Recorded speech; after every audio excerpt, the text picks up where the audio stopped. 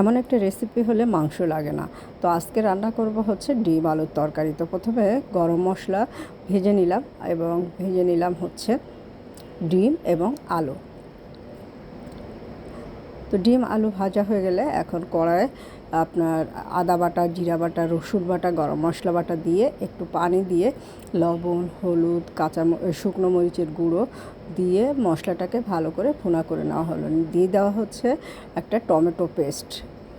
Tomato পেস্টের সাথে আলু দিয়ে দেওয়া হলো, দিয়ে এটাকে ভালো করে কষিয়ে নিতে হবে।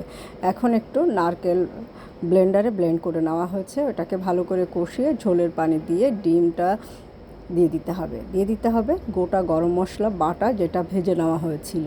তো একটু ভালো করে জাল করে তরকারিটা হয়ে গেল। খুব সহজে আপনারা এই রেসিপিটা তৈরি করে ফেলতে পারেন, খেতে কিন্তু খুব ভালোই লাগবে। আর ডিম আলুর রেসিপি সবসময় অনেক বেশি ফেভারিট।